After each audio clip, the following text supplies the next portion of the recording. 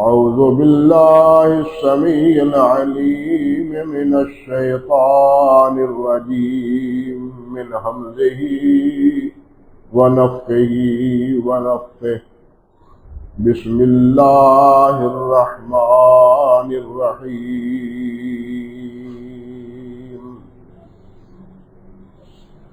أن تقول نفس يا حسرة على ما فرطت في جنب الله وإن كنت لمن الساخرين أو تقول لو أن الله هداني لكنت من المتقين أو تقول حين ترى العذاب لو أن لي كرة فأكون من المحسنين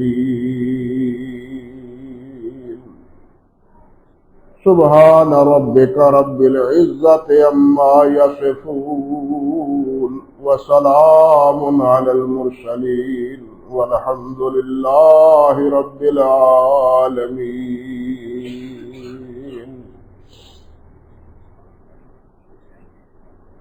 محترم بزرگوں، بھائیوں،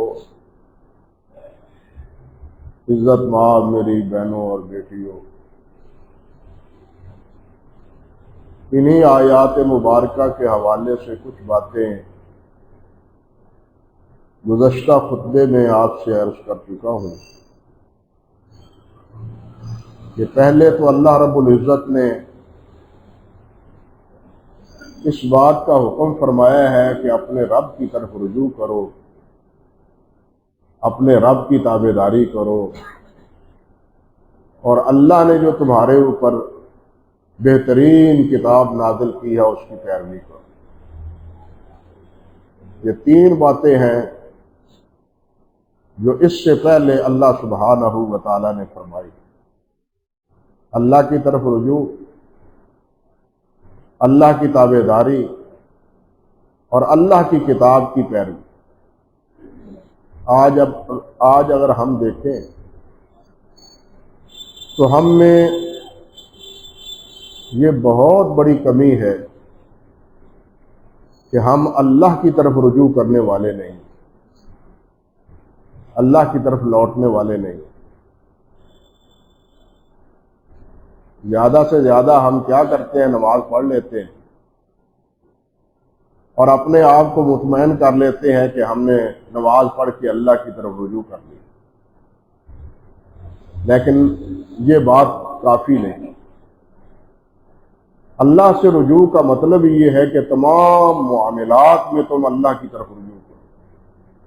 زندگی کے جتنے بھی معاملات، یہ رجوع الی اللہ ورجوع الی کلام اللہ، یہی دونوں چیزیں بنیادی، اللہ کی طرف رجوع اور اللہ کے کلام کی طرف رجوع، اللہ کی طرف لوٹنا، اللہ کی طرف پلٹنا۔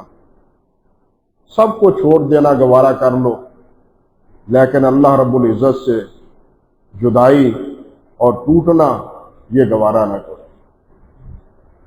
اور جہاں اللہ کا حکم آ جائے، اللہ کا فرمان آ جائے، اللہ کے پیارے پیغمبر صلی اللہ علیہ وسلم کا فرمان آ جائے، تو پھر کسی کے فرمان کی کوئی پرواہ نہ کرو، ہاں کوئی بھی کیوں نہ ہو۔ حضرات صحابہ کرام رضوان اللہ علیہ مجمعین کے بہت سے واقعات جنہوں نے اللہ کے رسول صلی اللہ علیہ وسلم کے فرمان کے تحت نہ حضرت عمر فاروق کی مانی نہ حضرت عثمان غنی کی مانی، حالانکہ یہ خلفائے راشدین، لیکن ان سے اگر کوئی خطا ہوئی ہے، کوئی سہو ہوا ہے، کوئی غلطی ہوئی ہے، تو انہوں نے حضرت عثمان سے بھی اختلاف کیا، حضرت علی سے بھی اختلاف کیا، حضرت عمر سے بھی اختلاف کیا۔ کس بنیاد پر؟ کہ اللہ اور اللہ کے رسول کا حکم یہ ہے۔ اور اس کی بہت سی مثالیں، ایک مثال نہیں، بہت سی مثالیں۔ اس لیے بنیادی چیز ہی یہ ہے کہ ہم اللہ کی طرف رجوع کریں، اللہ کے ہو جائیں۔ من کان للہ کان اللہ لہ، جو اللہ کا ہو جائے گا اللہ اس کا ہو جائے گا۔ آج ہم جس چیز کی مار کھا رہے ہیں اور ہر طرف سے مسلمان مجبور اور مقہور بنا ہوا ہے، اس کا بنیادی سبب بھی یہ ہے کہ ہم نے اللہ کی طرف لوٹنا اور اللہ کی طرف رجوع کرنا چھوڑ دیا۔ اللہ کی اطاعت، اللہ کا کلام، اس کی فرما برداری، اس کی پرواہ ہمیں نہیں، اپنی منمانی کرنا، اپنی مرضی کرنا، اپنی چاہتوں کے مطابق زندگی گزارنا، اپنی پسندیدگی کے مطابق زندگی گزارنا، یہ ہمارا مشغلہ بن کے رہ گیا۔ ہماری پسندیدگی نہیں، اللہ کی پسندیدگی، اللہ کے رسول کی پسند، میری پسند نہیں، مجھے پسند آئے یا نہ آئے، لیکن اللہ اور اللہ کے رسول کو جو چیز پسند آئے وہ مجھے پسند آنی چاہیے۔ یہ ہے اللہ کی طرف رجوع اور اللہ کے کلام کی طرف رجوع۔ اللہ اکبر کبیرہ۔ اور ساتھ اللہ ذو الجلال والاکرام نے یہ بھی خبردار کیا کہ کہیں ایسا نہ ہو کہ پھر آنن فانن تمہاری نافرمانیوں کی وجہ سے اور مجھ سے بغاوت کے نتیجے میں اور میری کتاب سے انحراف کے نتیجے میں آنن فانن تمہارے اوپر عذاب آئے اور تمہیں معلوم بھی نہ ہو، احساس بھی نہ ہو کہ ہمارے اوپر عذاب آنے والا ہے۔ جیسے پہلی قوموں کو سوئے ہوئے عذاب آ گیا، کھیلتے ہوئے عذاب آ گیا، ہنستے بستے اللہ کے عذاب کی لپیٹ میں آ گئے۔ اللہ ذو الجلال ہر چیز پہ قادر ہے، جس طرح چاہے جو چاہے وہ کرنے پہ قادر ہے۔ اللہ کے لیے کوئی چیز مشکل نہیں میرے بھائی۔ اللہ حالات کو بدل دیتا ہے، ہواؤں کا رخ موڑ دیتا ہے، پہاڑوں کو اپنی جگہ سے ہٹا دیتا ہے جب انسان اللہ رب العزت کا بن جاتا ہے، جب انسان اللہ رب العزت کا فرما بردار اور اللہ کی طرف رجوع کرتا ہے۔ المیہ یہی ہے کہ ہم نے اللہ رب العزت کی طرف رجوع چھوڑ دی ہے۔ ہم دیکھتے ہیں موجودہ حالات کے تناظر میں حالات کیا تقاضا کرتے ہیں، حالات کس چیز کے متقاضی ہیں، حالات ہمیں کیا رخ بتلاتے ہیں، ہم ان حالات کو دیکھ کے اپنے فیصلے کرتے ہیں۔ اللہ اور اللہ کے رسول کے احکام کے فیصلے وہ ہمیں ناگوار گزرتے ہیں۔ انا للہ و انا الیہ راجعون۔ جس کی آج ہم مار کھا رہے ہیں، جس کی آج ہم مار کھا رہے ہیں، وہ کشمیر ہو یا فلسطین ہو، دونوں جگہ پر آج 27 ہے نا، جس دن ہندوستان نے کشمیر پر قبضہ کیا تھا، اور ادھر فلسطین پر یہی کیفیت ہو رہی ہے، وہاں بھی یہی قبضے کی صورت بن رہی ہے۔ اب اللہ بہتر جانتے ہیں کہ وہاں یہ جنہوں نے اس کا آغاز کیا ہے وہ کسی سازش کا شکار ہے یا حقیقت پر ان کی یہ کوشش مبنی ہے، اللہ بہتر جانتا ہے۔ ابھی تک مسئلہ صاف نہیں ہے، مسئلہ صاف نہیں ہے، حقیقت جو ہے وہ نمایاں نہیں ہوئی، لیکن جو چیز نمایاں اندر سے محسوس ہو رہی ہے، اور اس وقت وہ خاموشی سے بیٹھ گئے اتنی نقصان کے بعد، اتنے یعنی کہنا چاہیے کہ قتل و غارت کے بعد اب خاموش ہے۔ کیوں خاموش؟ کس وجہ سے خاموش؟ آگ کو بھڑکانے کے بعد خاموش ہو جانا، یہ اسلام اس کی اجازت نہیں دیتا، دین اس کی اجازت نہیں دیتا۔ اقدام کے بعد پیچھے مڑ جانا، اسلام اس کی اجازت نہیں دیتا۔ میدانی جہاد سے بھاگ جانا، اسلام اس کی اجازت نہیں دیتا۔ تم کمزور ہو یا توانا ہو، طاقتور ہو یا کمتر ہو، زیادہ ہو یا کمتر ہو، جب تم نے ایک کام کا آغاز کیا ہے تو پھر تمہیں ڈٹے رہنا چاہیے، اللہ پر بھروسہ کرتے ہو۔ لیکن ہمارا اللہ پر بھروسہ تو ہے ہی نہیں، اللہ رب العزت کے لیے تو ہے ہی نہیں۔ بھائی جہاد بھی وہی کامیاب ہوتا ہے جو اعلاء کلمت اللہ کے لیے اللہ کا کلمہ بلند ہو، اللہ اور اللہ کے رسول کا نام بلند ہو، پھر اللہ رب العزت کی مدد آتی ہے۔ اگر ملکی حمیت ہو، اگر ملکی حمیت ہو، اگر وطنی حمیت ہو، اگر وطنی غیرت ہو، تو یہ پہلے بھی نعرے ہم سن چکے ہیں، کیا کہ نحن ابناء فراغنا، کہ ہم فرعونوں کی اولاد ہیں۔ معلوم نہیں بعد میں آپ دوستوں میں سے کسی کو یاد ہے یا نہیں ہے یہ جملہ کہ ہم تو فرعون کی اولاد ہیں، معاذ اللہ ثم استغفر اللہ۔ نتیجہ کیا ہوا کہ اسرائیل کے ہاتھوں ایسی پٹائی ہوئی کہ ساری دنیا میں جگ ہنسائی دیکھی۔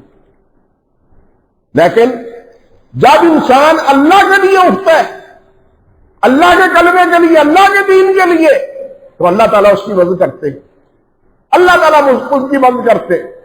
وہ کمزور ہو، تعداد میں کم ہو، ہماری تاریخ اس مسئلے میں اتنی تابناک ہے مسلمانوں کی۔ ہر دور میں جب مسلمان نے اللہ کے لیے یہ اقدام کیا ہے، یہ مسلمان تعداد میں بھی تھوڑے تھے، اسلحہ میں بھی کم تر تھے، لیکن اللہ سبحانہ و تعالیٰ نے ان کی مدد کی اور ان کا کسی چیز نے راستہ نہیں روکا۔ وجہ کیا تھی کہ ان کا سارا اقدام اللہ کے لیے تھا، ان کی ساری جگ و دور کوشش وہ اللہ کے لیے تھی، اللہ کے کلمے کو بلند کرنے کے لیے تھی۔ اس لیے ہمارا سارا بنیادی مطمع نظر وہ اللہ رب العزت کی ذات گرامی ہونی چاہیے، اور اللہ رب العزت کے پیارے پیغمبر حضرت محمد رسول اللہ صلی اللہ علیہ وسلم کی تابعداری اور فرمانبرداری ہونی چاہیے۔ اللہ رب العزت فرماتے تھے اس کے بعد، او تقول نفس یا حسرۃ علی ما فرطت فی جنب اللہ وان کنت لمن الساخرین۔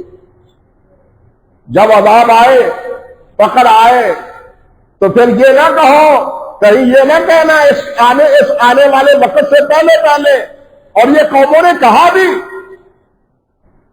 حضرت عبداللہ بن عباس فرماتے ہیں رضی اللہ تعالیٰ عنہ کہ اللہ ذو الجلال تو علام الغیوب ہے، اس کا علم ازلی اور ابدی ہے۔ اللہ ذو الجلال نے یہ باتیں پہلے سے فرما دی تھی جو کافروں نے کہنی تھی، وہ اللہ تعالیٰ نے پہلے سے خبردار کر دی اور پہلے سے بتلا دی کہ وہ یہ بات کہیں گے۔ اور وہ بات کیا کہ پھر عذاب آئے اور تم کیا کہو، یا حسرۃ علی ما فرطت فی جنب اللہ، ہائے افسوس کہ ہم نے اللہ کے بارے میں بہت کوتاہی کی، اللہ کی نافرمانی کی، اللہ کی طرف رجوع نہیں کیا، اللہ کے کتاب کی طرف ہم نے رجوع نہیں کیا، ہم نے بڑی کوتاہی کی۔ اور ساتھ یہ وَإِن كُنتُ لَمِنَ السَّاخِرِينَ، نہ صرف کوتاہی کی بلکہ جو اس دین کو اپنانے والے تھے ان کے ساتھ مذاق بھی کرتے تھے۔ یک نشد دو شد، یعنی ایک گناہ تو یہ تھا کہ ہم اللہ کی طرف رجوع نہیں کرتے تھے، اللہ کے بارے میں اللہ کی اطاعت نہیں کرتے تھے، اور دوسرا قصور یہ کہ جو اطاعت گزار تھے ہم ان کا مذاق اڑاتے تھے۔ مشرکین اسی طرح کرتے تھے صحابہ کرام رضوان اللہ علیہ اجمعین کے ساتھ، جو فقراء صحابہ کرام تھے، معذور صحابہ کرام تھے۔ قرآن مجید میں نبی علیہ الصلوۃ والسلام کو اس بارے میں تنبیہ فرمائی۔ کبھی کہتے یہ غریب غربا، انہوں کو دین کی سمجھ آنی تھی، جتنے صاحب ثروت ہیں، صاحب عقل و فہم ہیں، ان کو اس دین کی سمجھ نہیں آئی، یہ تو بے وقوف ہیں، یہ تو حامق ہیں، ان کو دنیا کا کیا پتہ ہے، یہ تانو تشریح کرتے تھے۔ بلکہ نبی علیہ الصلوۃ والسلام سے یہ مطالبہ کرتے تھے کہ جب ہم آپ کے پاس آئیں تو ان کو اپنے آواز سے اٹھا دیا کریں، ہماری توہین ہوتی ہے ان کے بیٹھے ہوئے، جب ہم آئیں تو ان کو اٹھا دو۔ اللہ سبحانہ و تعالی نے فرمایا وَلَا تَطْرُدِ الَّذِينَ يَدْعُونَ رَبَّهُمْ بِالْغَدَاةِ وَالْعَشِيِّ يُرِيدُونَ وَجْهَهُ، اے میرے نبی محمد صلی اللہ علیہ وسلم، یہ جو مجھے چاہتے ہیں، یہ فقراء جو مجھے چاہتے ہیں، میرے دیدار کے متمنی ہے، ان کو اپنی مجلس سے نہ اٹھانا، ان کے مطالبے پر، ان کے کہنے پر اپنی مجلس سے نہ اٹھانا۔ اور اللہ ذو الجلال نے صاف فرما دیا اگر آپ نے ایسا کیا تو آپ ناانصافی کریں گے، آپ ناانصافی کریں گے۔ ایک طرف تو یہ ہے جو چاہتے والے ہیں، جو متلاشی ہیں، اور ایک وہ ہے جو آپ سے مذاق کرتے ہیں اور ان کے ساتھ بھی مذاق کرتے ہیں۔ رسول اللہ کے ساتھ کبھی شاعر ہیں، کبھی شاعر ہیں، کبھی مجنون ہیں، یہ مذاق کرتے تھے، تان و تشریح کرتے تھے۔ اور اسی طرح حضرات صحابہ کرام رضوان اللہ علیہ اجمعین کے بارے میں آج آپ سوچ لیں کہ یہ دو جرم ہیں. ایک جرم ہے اطاعت نہ کرنا، حکم کی فرض برداری نہ کرنا، اور ایک جرم یہ ہے جو اطاعت کرنے والے ہیں ان کا مذاق اڑانا. مجھے آپ بتلائیں، کیا آج بھی یہ صورت نہیں ہے؟ آج بھی صورت یہ نہیں ہے جو چند سر پھرے مساجد میں آتے ہیں یہ لوگ اور منہ پہ سنت رسول سجائے ہوئے ہیں، آپ لوگوں کے اس کے بارے میں تبصرے کیا ہے؟ آپ لوگوں کو ان کے بارے میں تبصرے کیا ہے؟ وہ کیا کہتے ہیں اس داڑھی کو، جس کو نبی علیہ السلام نے سنن انبیاء قرار دیا ہے؟ صرف نبی کی سنت نہیں، سنن انبیاء، تمام انبیاء کی سنت ہے. لیکن اس سنت کے ساتھ بھی مذاق کرتے ہیں، سنت کے ساتھ اللہ کے رسول کے طریقوں کے ساتھ مذاق اڑاتے ہیں. مولویوں کا بھی انہیں مولویوں کی پتہ ہے، انہیں مسیطروں کی پتہ ہے. رہ گیا مسیطہ جو گئی، دنیا جناب چلے گئی، کتنے چلتے چلے گئی، تو رہ گئے مسیط جو گئی. انا للہ و انا الیہ راجعون. بھائی ہم نے کب کہا ہے کہ آپ چاند پر نہ جائیں؟ جا سکتے ہیں، جائیں، آپ بے شک جائیں، لیکن مکہ اور مدینہ نہ چھوڑے، اللہ اور اللہ کا رسول نہ چھوڑے. ہم صرف یہ کہتے ہیں جائیں آپ. کون روکتا ہے آپ کو آسمان پہ جانے سے؟ کون روکتا ہے آپ کو چاند پر جانے سے؟ جائے، زور لگائے، جا سکتے ہیں تو جا کے دیکھ لیں. لیکن ہمارا کہنا صرف یہ ہے، ہمارا قصور یہ ہے بھئی آپ مکہ اور مدینہ سے نہ نکلیں، آپ اللہ اور اللہ کے رسول سے خروج نہ کریں، اللہ اور اللہ کے رسول سے بغاوت نہ کریں. ہم اس سے علاوہ اور کوئی مطالبہ نہیں کرتے، اس کے علاوہ اور کچھ نہیں کہتے. جو چاہے کریں، جائیں آسمانوں پر، اربوں روپیہ ضائع کرنا ہے کر لیں، لیکن یاد رکھیں ان تمام جتنے بھی یہ چاند ہے، یہ زحل ہے، یہ مشتری ہے، یہ جناب عطارد ہے، یہ جتنے سیارے ہیں ان پر انسانی زندگی نہیں ہے. اللہ ذو الجلال والاکرام نے قرآن میں فرمایا ہے کہ ہم نے انسان کے لیے اس زمین کو کافی بنایا ہے، ان کے مرنے کے لیے بھی اور ان کے زندہ رہنے کے لیے بھی. یہ زمین کافی ہے ہمارے لیے. یہ آیت بتلاتی ہے 29ویں پارے کی کہ انسان کی زندگی، اس کا زندہ اور اس کا مرنا اس زمین پر ہے، کسی اور سیارے پر نہیں. جانا اور ہے، زندہ رہنا اور ہے. انسان کی زندگی اگر وہ تعلق رکھتی ہے، اس کا مرنا اور اس کا جینا وہ کہاں ہے؟ وہ کسی زمین پر. وقتی طور پر تو نبی علیہ السلام بھی گئے تھے، وقتی طور پر حضرت عیسیٰ علیہ السلام بھی آسمان پر ہیں، لیکن بلا کر کہاں آئیں گے؟ زمین پر آئیں گے، بلا کر زمین پر آئیں گے، وہیں نہیں ٹھہریں گے. عرض کرنے کا مقصد یہ تھا کہ ہمارا صرف قصور یہ آج بھی یہی ہے کہ ہم کہتے ہیں اللہ اور اللہ کے رسول سے بغاوت نہ کرو.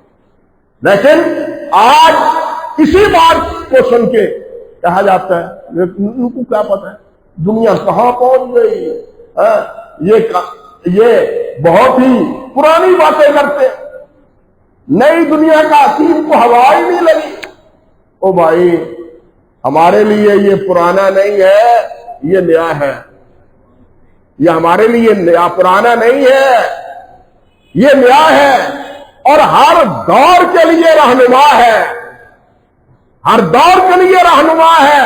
یوں نہیں کہ پرانوں کی رہنمائی کرتا تھا اور آج کے دور میں رہنمائی نہیں کرتا. یہ آج کے دور میں بھی رہنمائی کرتا ہے، اور قیامت تک آنے والے انسانوں کے لیے بھی یہ رہنما ہے. یہ صرف ایک وقت آج سے 1400 سال پہلے ہی نہیں، بلکہ ہر دور میں انسان کی رہنمائی فقط قرآن مجید میں ہے، کسی اور جگہ نہیں. انسان کی کامیابی قرآن کی اتباع میں ہے، کسی اور چیز کی تابعداری اور فرم برداری میں نہیں. لیکن جب وقت نکل جائے گا ہاتھ سے، پھر ہاتھ ملے گا، پھر کہے گا کاش کہ میں اللہ کے بارے میں یہ طرز، یہ عمل، یہ کیفیت اپنی اختیار نہ کرتا، اللہ کی طرف رجوع کرتا، اللہ کی طرف رجوع کرتا، اللہ سے بغاوت نہ کرتا. اور تقول نفس یا حسرتا علی ما فرطت فی جنب اللہ ان کنت لمن الشاکرین. اور تقولا، یا یہ کہو لو ان اللہ ہدانی لکنت من المتقین، اگر مجھے اللہ ہدایت دیتے تو میں بھی متقی ہو جاتا. اللہ نے ہدایت ہی نہیں دی، میں کیا کروں؟ اللہ نے تو ہدایت ہی نہیں دی. ہدایت تو اللہ کے ہاتھ میں ہے. یہ انہوں نے تقدیر سے استدلال کیا ہے. یعنی مشرکین، منحرفین، کفار، یہ ہمیشہ تقدیر کو اپنے لیے ڈھال بناتے رہے. اور یہ عجیب اتفاق ہے کہ ایک گروہ معتزلہ کا ہو یا قدریہ کا ہو، وہ ویسے ہی تقدیر کا انکار کرتے ہیں. تقدیر کیا ہے؟ ایک تقدیر ہے، ایک اللہ کی مشیت ہے. اللہ کی مشیت یا اللہ کی تقدیر یہ اللہ کی قدرت کاملہ کی دلیل ہے. اور یہ مسئلہ اللہ ذو الجلال نے ایک جگہ نہیں، کئی جگہ اللہ ذو الجلال نے یہ مسئلہ بیان فرمایا. اللہ رب العزت کہیں فرماتے وَمَا تَشَاءُونَ إِلَّا أَن يَشَاءَ اللَّهُ، اگر اللہ نہ چاہے تو تم چاہ بھی نہیں سکتے، کسی چیز کا ارادہ بھی نہیں کر سکتے. تمہارا ارادہ بھی اللہ کی مشیت پر موقوف ہے. سمجھ لیں، ہمارا ارادہ، ہمارا عزم، یہ بھی اللہ کی مشیت پہ موقوف ہے. کہیں فرمایا وَلَا تَقُولَنَّ لِشَيْءٍ إِنِّي فَاعِلٌ ذَلِكَ غَدًا إِلَّا أَن يَشَاءَ اللَّهُ. اے میرے نبی محمد صلی اللہ علیہ وسلم، یہ نہ کہا کرے کل کو کروں گا، کل یہ کام کروں گا، بلکہ یہ کہا کرے اللہ نے چاہا تو کام کروں گا، اللہ نے چاہا تو کام کروں گا. اللہ فرماتے ہیں وَلَوْ شَاءَ اللَّهُ مَا فَعَلُوهُ، اگر اللہ چاہتا تو یہ شرک نہ کرتے، یہ کفر نہ کرتے، یہ حلال کو حرام نہ ٹھہراتے اور حرام کو حلال نہ ٹھہراتے. یعنی اللہ ذو الجلال نے فرمایا وَلَوْ شَاءَ اللَّهُ لَجَمَعَهُمْ عَلَى الْهُدَىٰ، اگر اللہ چاہتا تو سب کو ہدایت عطا فرما دیتا، سب کو اللہ ہدایت عطا فرما دیتا. اور ایک جگہ یہ بھی فرمایا وَلَوْ شَاءَ اللَّهُ مَا أَشْرَكُوا، اگر اللہ چاہتا تو یہ شرک نہ کرتے. ایک ہے مشیت، اللہ کی چاہت، ایک ہے اللہ کی رضا، دو علیحدہ چیزیں. اللہ کی مشیت میں اللہ کی قدرت کا اظہار ہے کہ اللہ جو چاہے کرتا ہے، حتیٰ کہ جو ہم چاہتے ہیں وہ بھی اللہ کی اذن سے کرتے ہیں. ہمارا اٹھنا، ہمارا بیٹھنا، ہمارا آنکھیں جھپکنا، ہمارا بولنا، ہمارا سننا، ہمارا چلنا، یہ سب اللہ رب العزت کی توفیق سے، یہ سب اللہ ذو الجلال کی توفیق سے. اللہ ذو الجلال نے فرمایا کہ اگر اللہ چاہے تو تمہاری آنکھوں کو بند کر دے، نشان ہی مٹا دے. اگر اللہ چاہے تو تمہارے قدموں کو، پاؤں کو بالکل ملیا میٹ کر دے، مسح کر کے رکھ دے. لیکن یہ اللہ کی چاہت نہیں ہے. سب کو ہدایت دینا یہ اللہ کی رضا نہیں ہے. اصل بات یہ ہے کہ اللہ کی رضا اور ہے، مشیت اور ہے. مشیت میں اظہار ہے اللہ ذو الجلال کی قدرت کاملہ کا، کہ اللہ اس چیز پر کامل قدرت رکھتا ہے. اگر ہم کچھ کریں اللہ کی مشیت سے ہٹ کے تو پھر اللہ مغلوب ہوا، ہم غالب ہو گئے. معاذ اللہ ثم استغفر اللہ. بات سمجھے؟ اگر ہم کہیں کہ نہیں جی سب کچھ میرے اختیار میں ہے، اللہ کے اختیار میں تو کچھ بھی نہیں ہے، میں جیسے چاہتا ہوں کرتا ہوں، جو چاہتا ہوں میں بولتا ہوں، جو چاہتا ہوں کرتا ہوں، اگر یہی فکر ہم اگر رکھیں تو اس کا مطلب دوسرے معنی میں کیا ہے؟ ہمارا اللہ پر یقین نہیں ہے، اللہ پر ایمان نہیں ہے، اللہ کا علی کل شیء قدیر ہونا ہمیں حق مسلم نہیں ہے. کیوں کہ اب ہم کہتے ہیں کہ ہم تو اپنی مرضی سے سب کچھ کرتے ہیں، اللہ کے اختیار میں کچھ بھی نہیں ہے۔ گویا اللہ مغلوب ہے، ہم کیا ہیں؟ غالب ہیں، ہم جو چاہیں کریں نہیں، ہم وہ کرتے ہیں جو اللہ ذو الجلال چاہے، ہم وہ کرتے ہیں جو اللہ چاہے۔ کیوں؟ اللہ کی چاہت وہ کیا ہے؟ اللہ کی قدرت کاملہ کی دلیل ہے۔ لیکن اللہ ذو الجلال جو کچھ ہم کرتے ہیں اس پر راضی نہیں ہے، جو کچھ کرتے ہیں اس پر راضی نہیں ہے۔ وضاحت فرما دی اللہ سبحانہ و تعالی نے، ان تکفروا فإن اللہ غنی عنکم، اگر تم کفر اختیار کرو تو اللہ ذو الجلال کو تمہاری کوئی پرواہ نہیں، جاؤ جہنم میں، اللہ کو کوئی پرواہ نہیں۔ ولا یرضی لعبادہ الکفر، لیکن یاد رکھو اللہ کا کفر سے راضی نہیں ہے۔ وَإِن تَشْكُرُوا يَرْضَهُ لَكُمْ، ہاں اگر شکر کرو تو اللہ اس پہ راضی ہے۔ اللہ شکر پہ راضی ہے، اللہ کفر پہ راضی نہیں ہے۔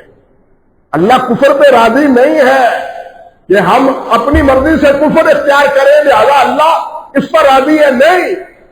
اللہ راضی ہے کہ ہم شکر کریں، ہم اللہ پر ایمان لائیں، ہم اللہ کی اطاعت کریں، ہم اللہ کے رسول پر تسلیم کریں، یہ اس پر اللہ راضی ہے۔ اپنی منمانی پر اللہ راضی نہیں ہے۔ عجیب مسئلہ ہے کہ ایک آدمی وہ جب کر لیتا ہے کوئی کام پھر تقدیر کو بہانہ بناتا ہے، کرنے سے پہلے وہ یہ نہیں کہتا یہی لکھا ہوا تھا لہذا میں نے لکھا ہوا ہے لہذا میں نے جناب گاڑی کے نیچے سر دینا ہی دینا ہے، میں نے کنویں میں چھلانگ لگانی ہی لگانی ہے۔ یہ چھلانگ لگانے سے پہلے تو کوئی نہیں کہتا، بعد میں کہتے ہیں مقدر ہمارا مقدر، بعد میں یہ کہتے ہیں، پہلے کوئی نہیں کہتا۔ بالکل ایمان کے حوالے سے بھی یہی بات ہے، کفر کے حوالے سے بھی یہی بات ہے، نافرمانی کے حوالے سے بھی یہی بات ہے۔ نافرمانی کہو تو کہیں گے جناب ہمارا مقدر، لیکن نافرمانی سے پہلے میں نافرمانی کرتا ہوں، اللہ تو نہیں حکم دیتے، اللہ تو منع کرتے ہیں، تو یہ میرا مقدر تو نہیں ہے۔ جو منع کیا ہے وہ ہمارا مقدر ہے نہیں ہے۔ ہمارا مقدر وہ ہونا چاہیے جو اللہ نے فرمایا ہے، ہمارا اختیار اس میں ہونا چاہیے جو اللہ نے حکم دیا ہے۔ جب ہم منمانی کریں گے اللہ کے اختیار سے، بول رہے ہیں تو اللہ کے اختیار سے بول رہے ہیں۔ اللہ تعالیٰ چاہے تو بولتے ہوئے کی بولنی بند کر دے، بولتے ہوئے بولنی بند کر دے، دیکھتے ہوئے انسان ختم کر دے، ان کا اس کا دیکھنا ختم کر دے۔ اللہ اکبر کبیرہ۔ تو اس لیے دونوں میں فرق ہے، ایک ہے اللہ کی مشیت اور اس کے بارے میں اللہ ذو الجلال نے ان کی تردید کی۔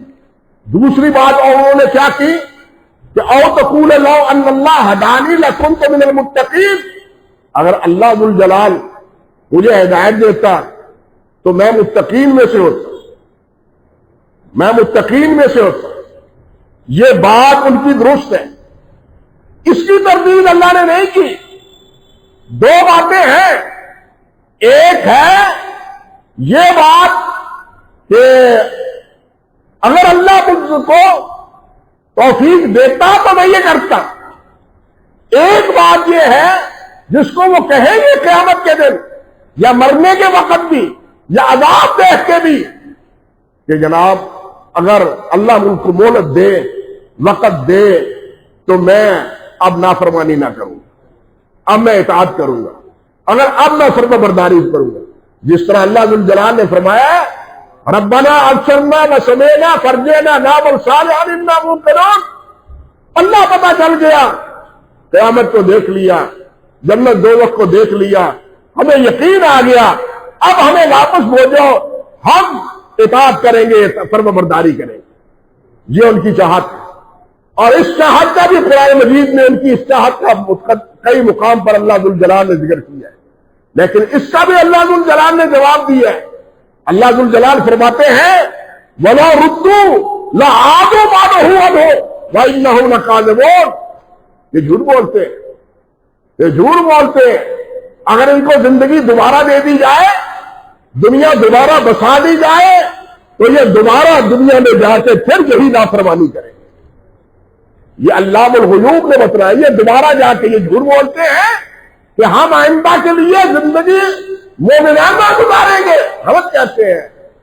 یہ دونوں باتوں کا اللہ ذوالجلال نے جواب دیا ہے، ایک اس بات کا اور دوسرا اللہ ذوالجلال کے اس کا کہ اللہ ذوالجلال اگر ہمیں چاہتے تو یہ کرتے، لیکن اس بات کا جواب نہیں دیا کہ اگر ہدایت دیتے تو اللہ ذوالجلال ہمیں ہدایت دیتے تو ہم ہدایت پر ہوتے، کیونکہ واقعتاً ہدایت کا مالک کون ہے؟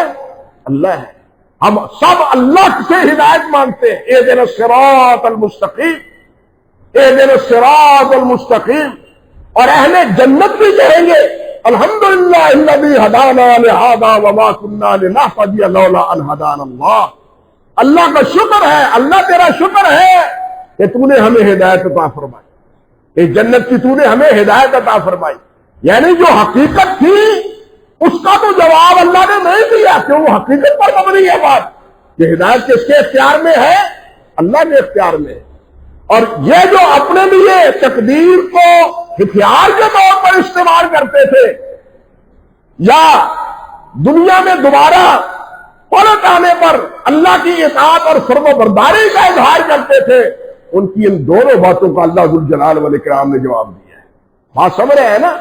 دونوں باتوں کا اللہ تعالیٰ نے جواب دیا کہ نہیں، جھوٹ بولتے ہو، اگر دنیا میں ہم بھیج بھی گئے تو تم پھر دوبارہ وہی کام کرو گے جو پہلے کرتے رہے۔ یہ اس اللہ الغیوب کو پتا تھا، اور یہ اللہ کے جو فیصلے ہیں ہمارے لیے یہ جبر کے نہیں ہیں، یہ جبر کے نہیں ہیں۔ اگر جبر کے ہوتے تو اللہ ذوالجلال والاکرام ابتدائے روز سے یہ نہ فرماتے اما یاتینکم منی ھدی فمن تبع ھدایا فلا خوف علیہم ولا هم یحزنون۔ میری ہدایت تمہارے پاس آئے گی، اس ہدایت کی تابعداری کرنا۔ اللہ نے رسول بھیجے، کتابیں نازل کی، وعدہ اپنا پورا کر دیا، انا ہدیناہ السبیل اما شاکرا و اما کفورا۔ ہم نے تمہیں ہدایت کی رہنمائی کر دی، اب تم شکر گزار بنو یا کفر اختیار کرو۔ اللہ نے اپنا کام پورا کر دیا ہے، اللہ نے جو وعدہ کیا تھا وہ پورا فرمایا ہے، ہدایت بھیجی ہے، رسولوں کو بھیجا ہے، کتابوں کو بھیجا ہے۔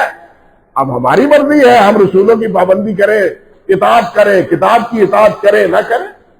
اللہ نے تو بھیج دیا سب کچھ، بتلا دیا سب کچھ، اور اللہ کو یہ علم تھا، اللہ کو یہ علم تھا کہ کس نے اطاعت کرنی ہے، کس نے نافرمانی کرنی ہے، کس نے بغاوت کرنی ہے، کس نے شرک اختیار کرنا ہے، کس نے تمرد اختیار کرنا ہے۔ بالکل خدا کا ویسے ہی انکار کر دینا ہے۔ اللہ ذوالجلال کو سب کا علم تھا، سب کا علم تھا، اور جس کے بارے میں جو علم تھا اسی مطابق اللہ ذوالجلال کے یہ فیصلے، اسی کے بارے میں اللہ ذوالجلال کے یہ سارے فیصلے ہیں، کسی پر جبر اللہ ذوالجلال کا نہیں ہے۔ تیسری بات فرمایا او تقول حین تری العذاب، یا تم یہ کہو جب عذاب دیکھ لو لو ان لی کرۃ فاکون من المحسنین، اگر مجھے واپس جانا پڑے، واپس لوٹا دیا جائے، جس طرح پہلے سورۃ سجدہ کی آیت میں نے آپ کے سامنے پڑھی ہے وہی بات اس آیت میں ہے، اگر ہمیں دوبارہ لوٹا دیا جائے تو پھر فاکون من المحسنین، تو میں احسان کرنے والوں میں سے ہوں گا۔ دو لفظ دیکھیے قابل غور ہے، پہلے کہا لکنت من المتقین، میں متقین میں سے ہوتا، اور دوسری فرمایا فاکون من المحسنین، میں محسنین میں سے ہوتا۔ علماء نے کہا ہے کہ محسنین کا مقام متقین سے بلندتر ہے، محسنین کا مقام متقین سے بلند ہے۔ عدل سب کرتے ہیں، چھوٹی سی بات سمجھ لیں، عدل سب کرتے ہیں، انصاف سب کرتے ہیں، لیکن انصاف سے حق سے زیادہ بہت کم ہے جو کسی کو دیتے ہیں، حق سے زیادہ کسی کو بہت کم ہے۔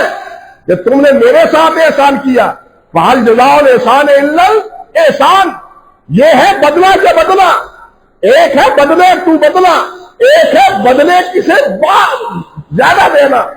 آپ قرض دیتے ہیں، میں قرض دیتا ہوں، آپ قرض دیتے ہیں، وہ قرض لوٹاتا ہے، کوئی معاملہ نہیں کرتا، قرض دینے کے بعد آپ کا شکریہ، آپ نے مجھے قرض دیا تھا، 100 روپیہ دیا تھا، میں 10 روپے مزید آپ کو دیتا ہوں، یہ سود نہیں ہے، یہ احسان ہے، یہ احسان ہے، یہ سود نہیں ہے۔ آپ نے طے نہیں کیا، اس سے مطالبہ نہیں کیا، فرق دونوں میں سمجھے نا۔ سود میں طے شدہ ایک بات ہے، قاعدہ قانون کے تحت ایک بات ہے، 2.5% لیں گے، 10% لیں گے، جیسے بینکوں میں طے شدہ سارا مسئلہ ہے، لیکن یہاں احسان کا مسئلہ ہے۔ آپ کسی کے ساتھ نیکی کرتے ہیں، وہ نیکی کا بدلہ نیکی سے کرتا ہے، دیتا ہے، اسی طرح اور مزید بھی خدمت گزاری کرتا ہے، مزید بھی خدمت گزاری کرتا ہے۔ اور بھائی ایک غلام ہے، غلام نے تو آقا کی اطاعت آقا کے حکم کے مطابق کرنی ہی کرنی ہے، لیکن مقرب غلام وہ ہوتا ہے جو حکم سے زائد بھی عمل کرتا ہے۔ بات سمجھ گیا یا نہیں؟ جو حکم سے زائد بھی عمل کرتا ہے، یہی تو وجہ ہے، بات سمجھ لیں، یہی تو وجہ ہے کہ اللہ ذوالجلال نے فرمایا کہ میں سب سے زیادہ خوش اس بندے پر ہوتا ہوں جو وہ فرائض ادا کرتا ہے جو فرائض میں نے اس پر فرض عائد کیے ہیں، یہ فرض کی ادائیگی کر کے قرب حاصل کرتا ہے، اور یہ بھی اللہ کا احسان ہے۔ تفصیل نہیں ہے اس مسئلے کی حقیقت کی، یہ بھی اللہ کی مہربانی ہے کہ فرض ادا کرنے سے بھی اللہ کا قرب اور اللہ کے ہاں ثواب اور اجر لکھا جاتا ہے، ورنہ وہ تو ہمارا فریضہ ہے، ہم نے کرنا ہی کرنا ہے، غلام نے سارا انجام دینا ہی دینا ہے۔ اور یہ فرض سے زیادہ کام کرے گا تو اس کے قریب ہوگا، اس کی رضا کا سبب بنے گا۔ اسی لیے فرمایا وَلَا يَزَالُ عَبْدِي يَتَقَرَّبُ إِلَيَّ بِالنَّوَافِلِ، نفل پڑھ پڑھ کے میرا بندہ میرا قرب حاصل کرتا رہتا ہے۔